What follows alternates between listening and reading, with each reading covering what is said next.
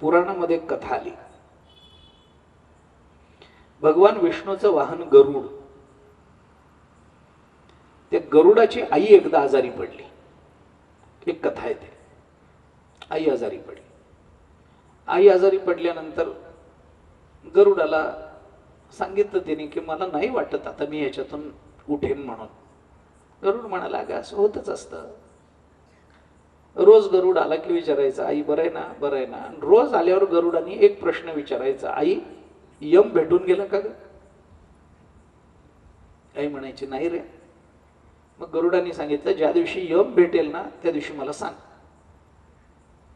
ठीक आहे. एके दिवशी गरुड आल्यावर आईने सांगितलं अरे यम भेटून गेला. गरुडाच्या लक्षात आलं हा बघून गेलाय, उद्या येणार, घेऊन जाणार. काय करावं, आपण विष्णूचं वाहन आहोत.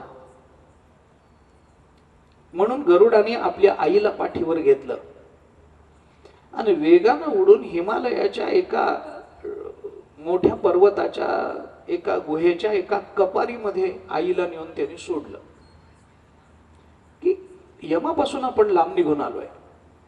त्या कपारीमध्ये गेला, आईला पाठीवरून खाली उतरून बसवलंच असेल तेवढ्यात यम तिथं हजर. गरुडाला आश्चर्य वाटलं. तो म्हणाला इथं कसे काय तुम्ही? यमाने सांगितलं काल तुझ्या आईला भेटायला आलो होतो आणि तिला भेटल्यावर माझ्या लक्षात आलं होतं की हिमालयाच्या या कपारीमध्ये तुझ्या आईचं मरण आहे आणि मी कालपासून विचार करत होतो तुझी आई इथपर्यंत कशी येईल कशी येईल. बरं झालं तू आणून सोड. ते येणारच आहे, ते काही नाही असं नाहीच आहे. रामायणामध्ये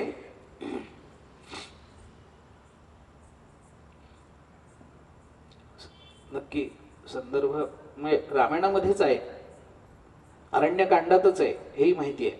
अध्याय प्रसंग आता आठवत नाही.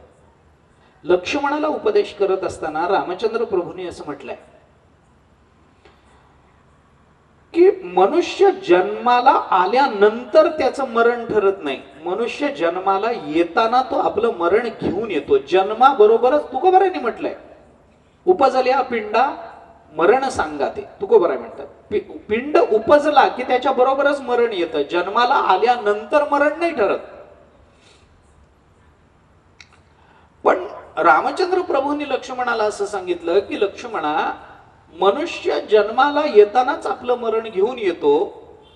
मनुष्य चालायला लागला की मरण त्याच्या बरोबर चालतं. मनुष्य धावायला लागला की मरण त्याच्या बरोबर धावतं. मनुष्य झोपला की मरण त्याच्या बरोबर झोपतं. मनुष्य बसला की मरण त्याच्या बाजूलाच बसतं. आजूबाजूला बघू नका असं दिसतही नसतं. माझ्याच बाजूला मरण बसलंय आणि बाजूच्याच माणसाला हे माझं मरण आहे, मरण माझे मरोनी गेले म्हणून त्याला मारून टाकायचं, असले उद्योग नाही. ते कायम आपल्या बरोबर आहे.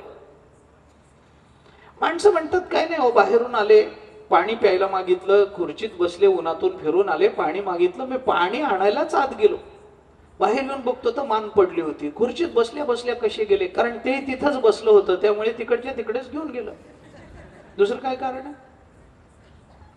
थकून आले, झोपले, सकाळी उठलेच नाही, झोपल्या झोपेतच गेले. असे कसे गेले? ते तिथंच झोपलं होतं, तिकडच्या तिकडं. कधी येईल, कसं येईल, काही त्याचा हिशोब नाही. येईल हे नक्की आहे. मागे आम्ही काय केलं, पुढे आम्हाला काय करायचंय याचा मरणाशी काही संबंध नाही. मरणाचा याच्याशी काही संबंध नाही. मरण अत्यंत निष्ठुर आहे, अत्यंत कर्कश आहे. ते घेऊन जाईल.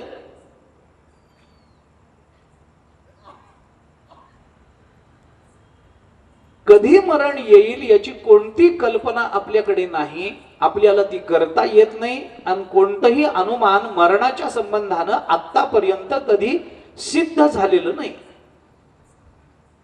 मग आमच्या हातात काय आहे? आमच्या हातात काही नाही. आमचा आत्ताचा क्षण एवढाच आमच्या हातात आहे. एवढा एकच क्षण आमच्या हातात आहे. पुढे काय होणार माहित नाही. कोणत्याही क्षणी माणसाचा प्राण जाऊ शकतो. आत्ता आमच्या जीवनामध्ये जो उपलब्ध क्षण आहे तेवढाच आमच्या हातात आहे. त्याच्या पुढं काय, उद्या काय आम्हाला माहित नाही. माहित नाही. शोककाले शुचोमात्वम हर्षकाले च मारुष अतीत अनागतम हित्वा प्रत्युत्पन्नेन वर्तय, असं महाभारतामध्ये एक वचन आलंय. शोकाचा काळ आला म्हणून शोक करू नकोस, आनंदाचा काळ आला म्हणून उन्मत्त होऊ नकोस, मागचा पुढचा फार विचार करू नको, वर्तमानात जग, प्रत्युत्पन्नेन वर्तय.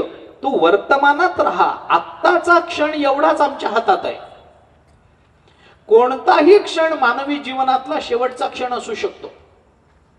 मी पुन्हा एकदा सांगतोय, मी आपल्याला बिलकुल भय घालावं या विचारात नाहीये, मी तुम्हाला घाबरवत नाहीये. मी फक्त वस्तुस्थितीची जाणीव करून देतोय. आणि एवढा एकच क्षण जर आमच्या हातात असेल, वर्तमानातला एवढा एक क्षण, आत्ता काय करायचंय ते ठरवा. मी उद्या करतो, नाही होत, होत नाही. ज्ञानेश्वरी वाचायची, उद्या बघू, होईलच याची शाश्वती नाही. रात्री गेलास तर काय करणार, काही सांगता येत नाही. अहो, रामचंद्र प्रभूंना राज्याभिषेक करायचा याच्याकरता विश्वामित्र दशरथाकडे गेले. आपण रामायण बघा, वाल्मिकी रामायण. विश्वामित्र गेले दशरथाकडे, रामाला अभिषेक करायचा आहे. दशरथांनी सांगितलं मलाही तसंच वाटतं.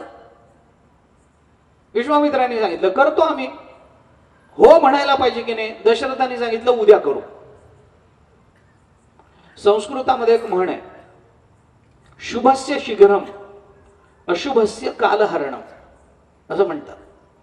जे शुभ आहे ते शीघ्र करावं, लगेच करावं, आणि जे अशुभ आहे त्याच्याकरता कालहरण करावं, ते पुढे ढकलत राहावं. जे वाईट आहे ते ढकला पुढं, जे चांगलं आहे ते ताबडतोब करा. ज्ञानेश्वरी वाचावी वाटली लगेच वाचावी, तंबाखू खावी वाटली की बघू पुन्हा म्हणा. जे अशुभ आहे ते पुढे ढकला, जे वाईट आहे त्याचा त्याग करत राहा, पुढे ढकलत राहा, आणि जे शुभ आहे ते लगेच करा. दशरथाने म्हणायला पाहिजे होतं लगेच करा, रामाला अभिषेक करायची इच्छा आहे ना तुम्हाला, लगेच करा, सगळी सिद्धता आहे. पण ते म्हणाले उद्या बघू. त्या उद्यामध्ये जी रात्र आली आणि त्या रात्रीमध्ये ती बाई जी बिघडली, कोण, कैकेयी. ती जी बिघडली, तिने 2 वर मागून घेतले आणि एका वरामध्ये भरताला राज्य, दुसऱ्या वरामध्ये रामचंद्र प्रभूंना वनवासात पाठवून दिलं. आणि मग रामचंद्र प्रभूंना पुन्हा राज्याभिषेक करायला किती वर्ष गेली, 14 वर्ष गेली. म्हणजे रामायणामध्ये उद्या शब्दाचा अर्थ आहे 14 वर्ष. ज्ञानेश्वरी वाचायची, उद्या बघू, गेली 14 वर्ष तुमची. हरिपाठ म्हणायचा आहे, आता उद्या सकाळी उठल्यावर म्हणून, रात्रीतच काही झालं तर गेली ना 14 वर्ष, कधी हरिपाठ म्हणणार. हा क्षण आमच्या हातात आहे.